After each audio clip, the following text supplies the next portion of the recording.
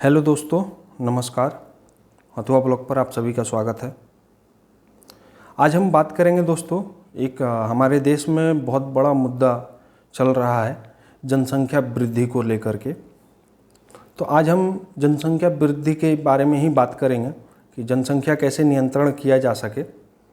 नहीं तो जिस हिसाब से अपने देश की जनसंख्या बढ़ रही है, हम जो है दुनिया के सबसे ज़्यादा जनसंख्या वृद्धि के मामले में अव्वल नंबर का दर्जा हासिल कर लेंगे।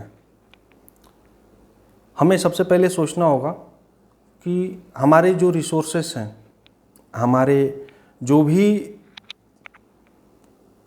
बाउंड्रीज है, जो भी एरिया है हमारे देश का, वो तो सीमित है, वो तो नहीं बढ़ रहा है, लेकिन हमारा जनसंख्या बढ़ते जा रहा है। इसको लेकर के बहुत ज़्यादा हमें भविष्य में दिक्कत का सामना करना पड़ सकता है। तो हमें अभी से ही इस चीज़ को अपने माइंड सेट करना होगा और इस चीज़ को जागरूकता बहुत ज़रूरी है। इस मैटर में जागरूक करना लोगों को। सबसे पहले अगर हम बात करें इसका, अगर रोकने के उपाय की बात करें तो कुछ टॉपिक के तौर पे हम इसको डिवाइड कर सकते हैं। पहला टॉपिक हो सकता है दोस्तों, शिक्षा का प्रसार। इसमें क्या है कि जब तक हमारा समाज एजुकेटेड नहीं होगा, जब तक जो है पढ़े लिखा नहीं रहेगा हमारा समाज, तब तक ये नहीं रुकेगा जनसंख्या वृद्धि का। इसका सबसे बड़ा रीज़न ये है दोस्तों, हमारे देश का 80% जनसंख्या जो है वो गांव में निवास करता है, गांव में है। और गांव के लोग बहुत ही कम पढ़े लिखे लोग होते हैं, जिन तक मूलभूत सुविधाएं सरकार की पहुंच तक नहीं पाती हैं। इतना पिछड़ापन भी है हमारे देश में आज भी। आज़ादी के 75 साल 70 साल हो जाने के बाद भी आज भी हमारे देश में ऐसे गांव, ऐसे क्षेत्र हैं जहां सरकार द्वारा संचालित किसी योजना का लाभ अभी तक नहीं पहुंच पाता है। दूसरा है जो शादी का एज है, उसको हमें बढ़ाना होगा।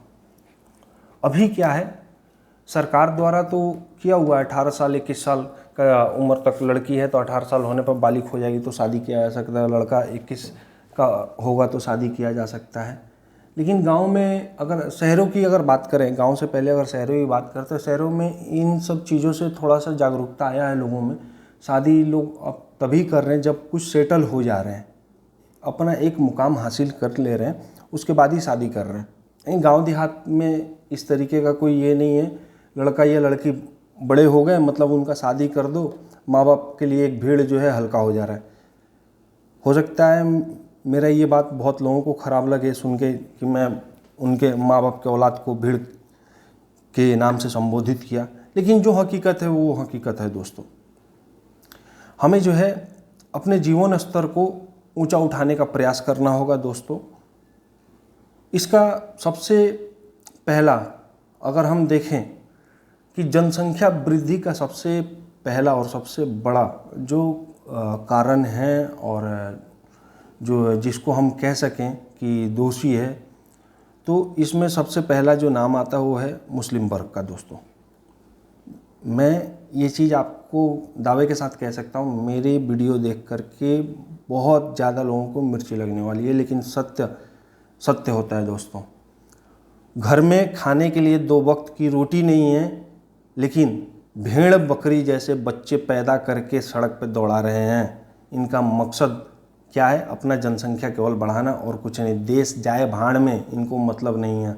अभी बिहार में जो PFI का ये भंडाफोड़ हुआ है, इसमें 2035 का टारगेट ले रखे हैं लोग, जो गजवाए हिंद बना देंगे, पूरे हिंदुस्तान को मुसलमानी शासन में कन्वर्ट कर देंगे। आखिर ये सब साहस कहाँ से रहा है इनको? ये सब साहस कहाँ से रहा है? जनसंख्या बढ़ने का सबसे बड़ा अगर कारण है और सबसे बड़ा कोई दोषी है, वो है मुस्लिम वर्ग का लोग है। जो हमारे कुरान हदीस में लिखा हुआ है कि नहीं, नस्लबंदी नहीं कर सकते। अरे भाई, तो यहाँ पर क्या भेड़ बकरी पालन करोगे? भेड़ बकरी जैसे बच्चे पैदा करके फेंक रहे हो, क्यों?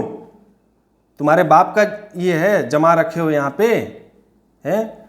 जनसंख्या वृद्धि का सबसे बड़ा अगर कोई दोषी है तो ये मुस्लिम समुदाय है।